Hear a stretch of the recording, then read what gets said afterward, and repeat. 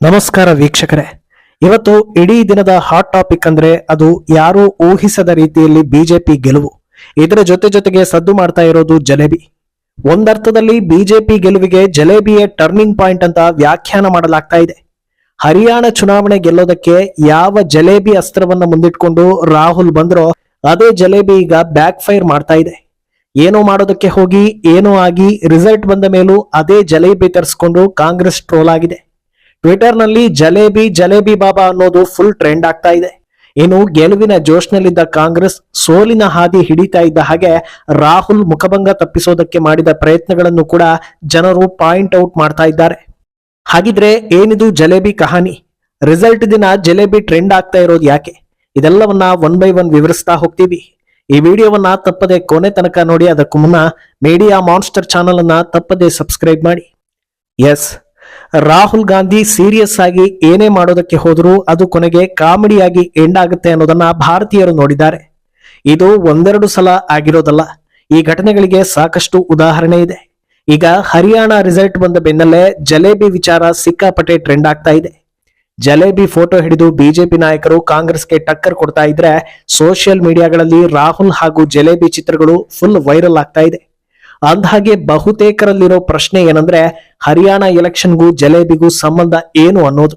ಅದರ ಹಿಂದೆ ದೊಡ್ಡ ಕಹಾನಿಯೇ ಇದೆ. ಅಂದಹಾಗೆ ಜಲೇಬಿ ವಿಚಾರವನ್ನ ರಾಜಕೀಯ ಮಾಡೋದಕ್ಕೆ ಯತ್ನಿಸಿದ್ದೆ ರಾಹುಲ್ ಗಾಂಧಿ. ಈಗ ಅದೇ ಜಿಲೇಬಿ ಬಿಟ್ಟು ಬಿಡದೆ ಕಾಡ್ತಾ ಇದೆ. ಹರಿಯಾಣದ ಗೊಹಾನಾದಲ್ಲಿ ಎಲೆಕ್ಷನ್ ರ್ಯಾಲಿ ವೇಳೆ ರಾಹುಲ್ ಗಾಂಧಿ ಭಾಷಣಕ್ಕೆ ಬಂದಿರ್ತಾರೆ. ಈ ವೇಳೆ ಅಚಾನಕ್ ಆಗಿ ಒಂದು ಜಿಲೇಬಿ ಬಾಕ್ಸ್ ಅನ್ನ ಎತ್ತಿ ತೋರಿಸ್ತಾರೆ. ಇದು ಮಾತುರಾಮ್ ಹಲ್ವಾಯಿ ಅವರ ಜಲೇಬಿ. ಬಹಳ ರುಚಿಯಾಗಿದೆ. ನನಗೆ ಈ ಜಲೇಬಿ ಅಂದ್ರೆ ಬಹಳ ಇಷ್ಟ. ನನ್ನ ಸಹೋದರಿ ಪ್ರಿಯಾಂಕಾ ವಾದ್ರಾಗೂ ಈ ಜಲೇಬಿ ಇಷ್ಟ ಅಂತ ಹೇಳ್ತಾರೆ. ಈ ಜಲೇಬಿ ಬರೀ ಹರಿಯಾಣದಲ್ಲಿದೆ. ಇದು ಎಲ್ಲಾ ಕಡೆ ಮಾರಾಟ ಆಗ್ಬೇಕು. ಬೇರೆ ಬೇರೆ ರಾಜ್ಯಗಳಲ್ಲಿ ಇದು ಸೇಲ್ ಆಗ್ಬೇಕು. ವಿದೇಶಗಳಲ್ಲೂ ಕೂಡ ಈ ಜಲೇಬಿ ಸೇಲ್ ಆಗ್ಬೇಕು. ಅಮೆರಿಕದಲ್ಲಿ ಜಲೇಬಿ ಫ್ಯಾಕ್ಟರಿ ಆರಂಭಿಸಬೇಕು. ಆಗ ಇದರಿಂದ ಉದ್ಯೋಗ ಸೃಷ್ಟಿ ಆಗುತ್ತೆ. ಬೇರೆ ಬೇರೆ ರಾಜ್ಯಗಳಲ್ಲಿ ಈ ಜಲೇಬಿ ವ್ಯಾಪಾರ ಹೆಚ್ಚಾಯಿತು ಅಂದ್ರೆ ಸುಮಾರು 20,000ದಿಂದ 50,000 ಜನರಿಗೆ ಪ್ರತಿದಿನ ಅಲ್ಲಿ ಕೆಲಸ ಮಾಡೋ ಅವಕಾಶ ಸಿಕ್ಕಂತಾಗುತ್ತೆ ಅಂತ ಹೇಳ್ತಾರೆ. ರಾಹುಲ್ ಇದನ್ನೆಲ್ಲ ಯಾಕೆ ಹೇಳ್ತಾ ಇದ್ದಾರೆ ಅನ್ನೋದು ಅಲ್ಲಿ ಸೇರಿದವರಿಗೆ ಅರ್ಥವಾಗಿರೋದಿಲ್ಲ. ಆಮೇಲೆ ಅಸಲಿ ವಿಚಾರಕ್ಕೆ ಬರ್ತಾರೆ. ಜಲೇಬಿ ವ್ಯಾಪಾರ ದೊಡ್ಡ ಮಟ್ಟದಲ್ಲಿ ಆಗೋದಕ್ಕೆ ಮೋದಿ ಬಿಡ್ತಾ ಇಲ್ಲ. ಮೋದಿ ಸರ್ಕಾರ ಮಾಡಿರೋ ಹೊಸ ರೂಲ್ಸ್ ಗಳಿಂದ ಇವರಿಗೆ ಅನ್ಯಾಯ ಆಗ್ತಾ ಇದೆ. GST ಅಂತ ನಿಯಮಗಳಿಂದ ಇವರಿಗೆ ಸಮಸ್ಯೆ ಆಗ್ತಾ ಇದೆ. ನೋಟ್ ಬ್ಯಾನ್ ಆದಾಗ್ಲೂ ಕೂಡ ಇವರು ಸಿಕ್ಕಾಪಟ್ಟೆ ಸಮಸ್ಯೆ ಅನುಭವಿಸಿದ್ದಾರೆ. ಇಂದು ನಮ್ಮ ದೇಶದ ಬ್ಯಾಂಕ್ಗಳಲ್ಲಿ ಅಂಬಾನಿ, ಅದಾನಿ ಅಂತ ದೊಡ್ಡ ದೊಡ್ಡ ಉದ್ಯಮಿಗಳಿಗೆ ಸಾಲ ಸಿಗುತ್ತೆ. ಆದ್ರೆ ಜಲೇಬಿ ವ್ಯಾಪಾರಿಗಳಿಗೆ ಸಾಲ ಸಿಗ್ತಾ ಇಲ್ಲ. ಇಂಥ ಚಕ್ರವ್ಯೂಹವನ್ನ ರಚಿಸುವ ಮೂಲಕ ಜಲೇಬಿ ವ್ಯಾಪಾರಿಗಳಿಗೆ ಮೋದಿ ಮಾರಕವಾಗಿದ್ದಾರೆ ಅಂತ ಹೇಳ್ತಾರೆ. ಇದನ್ನ ಕೇಳಿದ್ಮೇಲೆ ಅಲ್ಲಿ ಸೇರಿದ ಜನರು ಹೋ ವಿಷಯ ಇದಾ ಅಂತ ಓಹೋ ಅಂದಿರ್ತಾರೆ. ಆದ್ರೆ ಇದನ್ನ ಹೇಳೋದಕ್ಕೆ ಯಾಕೆ ಜಲೇಬಿ ವಿಚಾರವನ್ನೇ ಎತ್ತಿಕೊಂಡ್ರು ಅನ್ನೋದು ಆರಂಭದಲ್ಲಿ ಗೊತ್ತಾಗಿರೋದಿಲ್ಲ. ಆದ್ರೆ ಹುಡುಕ್ತಾ ಹೋದಾಗ 1 ತಿಂಗಳ ಹಿಂದೆ ಪ್ರಧಾನಿ ಮೋದಿ ಭಾಷಣದಲ್ಲಿ ಜಲೇಬಿ ವಿಚಾರ ಬಂದಿತ್ತು. ಅದಕ್ಕೆ ಇದು ಕೌಂಟರ್ ಅನ್ನೋದು ಗೊತ್ತಾಗುತ್ತೆ. ಹರಿಯಾಣ ಎಲೆಕ್ಷನ್ ಹಿನ್ನೆಲೆ ಕಳೆದ ತಿಂಗಳು ಸಮಾವೇಶವೊಂದರಲ್ಲಿ ಮಾತನಾಡಿದ ಪ್ರಧಾನಿ ಮೋದಿ ಇಂಡಿ ಒಕ್ಕೂಟಕ್ಕೆ ಕ್ಲಾಸ್ ತೆಗೆದುಕೊಂಡಿರ್ತಾರೆ. ಇಂಡಿ ಒಕ್ಕೂಟದವರ ರಾಜಕೀಯ ಸೂತ್ರಗಳು ವಿಚಿತ್ರವಾಗಿರುತ್ತವೆ. ಒಂದು ವೇಳೆ ಅವರ ಕೈಗೆ ಅಧಿಕಾರ ಸಿಕ್ಕರೆ ವರ್ಷಕ್ಕೊಬ್ಬ ಪ್ರಧಾನಿ, ಹಾಗೆ 5 ವರ್ಷಕ್ಕೆ 5 ಪ್ರಧಾನಿಗಳನ್ನ ನೋಡ್ಬೇಕಾಗತ್ತೆ. ಈ ರೀತಿ ಮಾಡೋದಕ್ಕೆ ಪ್ರಧಾನಿ ಹುದ್ದೆ ಅಂದ್ರೆ ಅದು ಮಾತುರಾಮ್ ಜಲೇಬಿನ ಅಂತ ಅವರನ್ನೇ ಕೇಳಬೇಕು ಅಂದಿರ್ತಾರೆ. ಆ ಮಾತಿಗೆ ಟಕ್ಕರ್ ಕೊಡೋದಕ್ಕೆ ಹೋಗಿ ಜಲೇಬಿ ವಿಚಾರವನ್ನ ರಾಹುಲ್ ಎತ್ತಿರ್ತಾರೆ.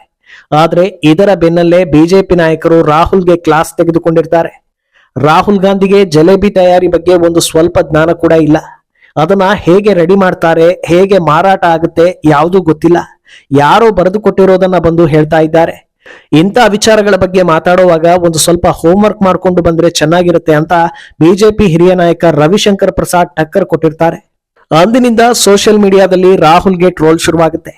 ಜಲೇಬಿ ಬಾಬಾ ಅನ್ನೋ ಟ್ಯಾಗ್ ಲೈನ್ ಹಾಕಿ ತರಹೇವಾರಿ ರೀತಿಯಲ್ಲಿ ಜನರು ಕಾಲೆಳೀತಾ ಇರ್ತಾರೆ. ಇದು ಯಾವ ಲೆವೆಲ್ಗೆ ಹೋಗಿ ನಿಲ್ಲುತ್ತೆ ಅಂದ್ರೆ ಹರಿಯಾಣ ಎಲೆಕ್ಷನ್ ಅಂದ್ರೆ ಅಲ್ಲಿ ಜಾಟ್ ಸಮುದಾಯ ನಿರ್ಣಾಯಕ ಅನ್ನೋ ಹಾಗಿರುತ್ತೆ. ಜಾಟ್ ಜೊತೆಗೆ ಜಲೇಬಿ ಕೂಡ ಸೇರ್ಪಡೆ ಆಗ್ಬಿಡುತ್ತೆ.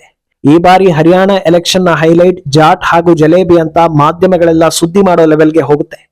ಆದ್ರೆ ಇಷ್ಟಾದ್ರೂ ಸುಮ್ಮನಾಗದ ಕೈ ನಾಯಕರು ಜಲೇಬಿಯನ್ನ ಸೀರಿಯಸ್ ಆಗಿ ತಗೊಂಡು ಬಿಡ್ತಾರೆ. ಹೆಂಗೂ ಪ್ರೀ ಪೋಲ್ ಹಾಗೂ ಎಕ್ಸಿಟ್ ಪೋಲ್ಗಳಲ್ಲಿ ಕಾಂಗ್ರೆಸ್ ಗೆಲ್ಲೋದು ಗ್ಯಾರಂಟಿ ಅಂತ ತೋರಿಸ್ತಾ ಇರೋದನ್ನೇ ಗಟ್ಟಿಯಾಗಿ ನಂಬ್ಕೊಂಡು ಬಿಡ್ತಾರೆ. ಸೆಲೆಬ್ರೇಷನ್ಗೆ ಎಲ್ಲಾ ರೀತಿಯ ತಯಾರಿ ಮಾಡಿಕೊಂಡು ಜಲೇಬಿ ತರಿಸಿ ಬಿಜೆಪಿಗೆ ಟಕ್ಕರ್ ಕೊಡೋದಕ್ಕೆ ಮುಂದಾಗ್ತಾರೆ. ರಿಸಲ್ಟ್ ಆರಂಭದಲ್ಲಿ ಕಾಂಗ್ರೆಸ್ ಹೆಚ್ಚಿನ ಸೀಟ್ಗಳಲ್ಲಿ ಮುನ್ನಡೆ ಸಾಧಿಸಿದೆ ಅಂತ ಹೇಳಿದೆ ತಡ ಕಾಂಗ್ರೆಸ್ ಸೆಲೆಬ್ರೇಷನ್ ಆರಂಭವಾಗುತ್ತೆ. ಎಲ್ಲರೂ ಜಲೇಬಿ ತರಿಸಿ ತಿಂದು ಸಂಭ್ರಮಿಸ್ತಾ ಇರ್ತಾರೆ. ಆದ್ರೆ ಕೆಲ ಹೊತ್ತಲ್ಲೇ ರಿಸಲ್ಟ್ ಟ್ರೆಂಡ್ ಕಂಪ್ಲೀಟ್ ಆಗಿ ಯೂ ಟರ್ನ್ ಹೊಡೆದು ಬಿಜೆಪಿ ಮುನ್ನಡೆ ಸಾಧಿಸೋದಕ್ಕೆ ಶುರುವಾಗುತ್ತೆ. ಇದು ಕಾಂಗ್ರೆಸ್ಗೆ ಮತ್ತಷ್ಟು ಮುಖಭಂಗವನ್ನ ತರಿಸಿದ್ದು, ಗೆಲ್ಲೋದಕ್ಕೆ ಮುಂಚೆಯೇ ಸಂಭ್ರಮಿಸಿದ ಫೋಟೋಗಳು ವೈರಲ್ ಆಗಿದ್ದೆ ತಡ ಮತ್ತೊಮ್ಮೆ ಜಲೇಬಿ ಬಾಬಾ ಅಂತ ರಾಹುಲ್ ಗಾಂಧಿಯನ್ನ ಟ್ರೋಲ್ ಮಾಡೋದಕ್ಕೆ ಶುರು ಮಾಡ್ತಾರೆ. ಇನ್ನೊಂದೆಡೆ ಬಿಜೆಪಿ ಗೆಲುವು ಕನ್ಫರ್ಮ್ ಆಗ್ತಾ ಇದ್ದ ಹಾಗೆ ಬಿಜೆಪಿ ನಾಯಕರೆಲ್ಲ ಜಲೇಬಿ ತಿಂದು ಫೋಟೋ ಹಾಕಿ ಟ್ರೋಲ್ ಮಾಡೋದಕ್ಕೆ ಶುರು ಮಾಡ್ತಾರೆ. ಬಿಜೆಪಿ ರಾಷ್ಟ್ರೀಯ ವಕ್ತಾರ ಶಹಜಾದ್ ಪೂನಾವಾಲಾ ಲೈವ್ ನ್ಯೂಸ್ ಅಲ್ಲಿ ಜಲೇಬಿ ಪ್ರದರ್ಶನ ಮಾಡಿ ಕಾಂಗ್ರೆಸ್ ನಾಯಕರ ಕಾಲೆಳೆಯೋದಕ್ಕೆ ಶುರು ಮಾಡ್ತಾರೆ. ಈ ಮಧ್ಯೆ ಕಾಂಗ್ರೆಸ್ನವರು ಗೆಲ್ಲೋ ಬಗ್ಗೆ ಎಷ್ಟು ಕಾನ್ಫಿಡೆಂಟ್ ಇದ್ರು ಅಂದ್ರೆ ವಿಕ್ಟರಿ ಸೆಲೆಬ್ರೇಷನ್ಗೆ ಕುದುರೆಗಳನ್ನ ತರಿಸಿಕೊಂಡಿದ್ರು.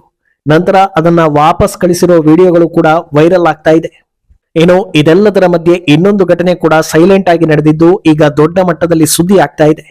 ಅದೇನಂದ್ರೆ ರಿಸಲ್ಟ್ ಟ್ಯಾಲಿ ಆರಂಭವಾಗ್ತಾ ಇದ್ದ ಹಾಗೆ ಇಂಡಿಯಾ ಟುಡೇ ಮಾಧ್ಯಮದಲ್ಲಿ ಕಾಂಗ್ರೆಸ್ ಚಿಹ್ನೆ ಪಕ್ಕ ರಾಹುಲ್ ಫೋಟೋ ಹಾಕಿರ್ತಾರೆ. ರಾಹುಲ್ ನೇತೃತ್ವದಲ್ಲಿ ಕಾಂಗ್ರೆಸ್ ಮುನ್ನಡೆ ಸಾಧಿಸ್ತಾ ಇದೆ ಅನ್ನೋದನ್ನ ತೋರಿಸ್ತಾ ಇರ್ತಾರೆ. ಆದ್ರೆ ಕೆಲ ಹೊತ್ತಿನ ಬಳಿಕ ಟ್ರೆಂಡ್ ಉಲ್ಟಾ ಪಲ್ಟಾ ಆಗ್ತಾ ಇದ್ದ ಹಾಗೆ ರಾಹುಲ್ ಬದಲಿಗೆ ಖರ್ಗೆ ಫೋಟೋವನ್ನ ಹಾಕಲಾಗುತ್ತೆ. ಇದು ದೊಡ್ಡ ಮಟ್ಟದಲ್ಲಿ ಚರ್ಚೆಗೆ ದಾರಿ ಮಾಡಿ ಕೊಡ್ತಾ ಇದೆ. ಬಲವಾದ ಸೂಚನೆ ಇಲ್ಲದೆ ಇಂಥ ಬದಲಾವಣೆ ಆಗೋದಕ್ಕೆ ಚಾನ್ಸೇ ಇಲ್ಲ. ಆದ್ರಿಂದ ಗೆಲುವಿಗೆ ಗಾಂಧಿ ಕುಟುಂಬ, ಸೋಲಿಗೆ ಖರ್ಗೆ ನಾಯಕತ್ವ. ಇದರಲ್ಲೇ ಗೊತ್ತಾಗುತ್ತೆ ಕಾಂಗ್ರೆಸ್ಗೆ ದಲಿತ ಸಮುದಾಯದವರ ಮೇಲೆ ಎಷ್ಟು ಪ್ರೀತಿ ಕಾಳಜಿ ಇದೆ ಅನ್ನೋದು. ಎಷ್ಟು ವರ್ಷ ಜೊತೆಗಿರೋ ಖರ್ಗೆಯನ್ನೇ ಹೀಗೆ ಟ್ರೀಟ್ ಮಾಡ್ತಾರೆ ಅಂದ್ರೆ ಇನ್ನು ಉಳಿದ ದಲಿತ ಸಮುದಾಯದವರ ಕಥೆ ಏನು ಅನ್ನೋ ರೀತಿಯಲ್ಲಿ ಚರ್ಚೆ ಆಗ್ತಾ ಹೋಗುತ್ತೆ.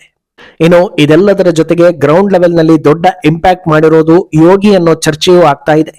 ಯೋಗಿ ಯಾವೆಲ್ಲ ಜಾಗದಲ್ಲಿ ಕ್ಯಾಂಪೇನ್ ಮಾಡಿದ್ರೋ ಆ ಎಲ್ಲಾ ಕ್ಷೇತ್ರಗಳಲ್ಲಿ ಬಿಜೆಪಿಗೆ ದೊಡ್ಡ ಮಟ್ಟದಲ್ಲಿ ವೋಟ್ಗಳು ಬಂದಿವೆ.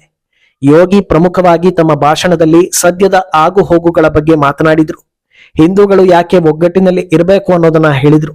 ಒಂದು ವೇಳೆ ಬೇರೆ ಬೇರೆ ಆದ್ರೆ ಅದರಿಂದ ಮುಂದಿನ ದಿನಗಳಲ್ಲಿ ನೀವೇ ಬೆಲೆ ತೆರಬೇಕಾಗುತ್ತೆ ಅನ್ನೋದನ್ನ ಅರ್ಥ ಮಾಡಿಸುವಲ್ಲಿ ಯಶಸ್ವಿಯಾಗಿದ್ರು. ಹರಿಯಾಣದಲ್ಲಿ ಬಿಜೆಪಿಗೆ ವರ್ಕೌಟ್ ಆಗಿದ್ದೆ ಇದು ಅಂತ ಚರ್ಚೆಗಳು ಆಗ್ತಾ ಇದೆ. ಇನ್ನೊಂದೆಡೆ ರಾಹುಲ್ ಗಾಂಧಿ ಕ್ಯಾಂಪೇನ್ ಮಾಡಿದ ಮುಕ್ಕಾಲುವಾಸಿ ಕ್ಷೇತ್ರಗಳಲ್ಲಿ ಕಾಂಗ್ರೆಸ್ ಹೀನಾಯವಾಗಿ ಸೋಲು ಕಂಡಿದೆ. ಆದ್ರಿಂದ ಈ ಬಾರಿ ಬಿಜೆಪಿ ಗೆಲುವಿನಲ್ಲಿ ಜಲೇಬಿ ಬಾಬಾನ ಶ್ರಮ ದೊಡ್ಡದಿದೆ ಅಂತ ಸಾಮಾಜಿಕ ಜಾಲತಾಣಗಳಲ್ಲಿ ಟ್ರೋಲ್ ಆಗ್ತಾ ಇದೆ. ಒಟ್ನಲ್ಲಿ ಪ್ರತಿ ಚುನಾವಣೆಯಲ್ಲಿ ಯಾವ್ದಾದ್ರೂ ಒಂದು ವಿಚಾರ ನೆನಪಲ್ಲಿ ಉಳಿಯುತ್ತೆ ಅನ್ನೋ ಹಾಗೆ ಈ ಬಾರಿ ಹರಿಯಾಣ ಎಲೆಕ್ಷನ್ ನಲ್ಲಿ ಜಲೇಬಿ ಸದ್ದು ಮಾಡಿದೆ.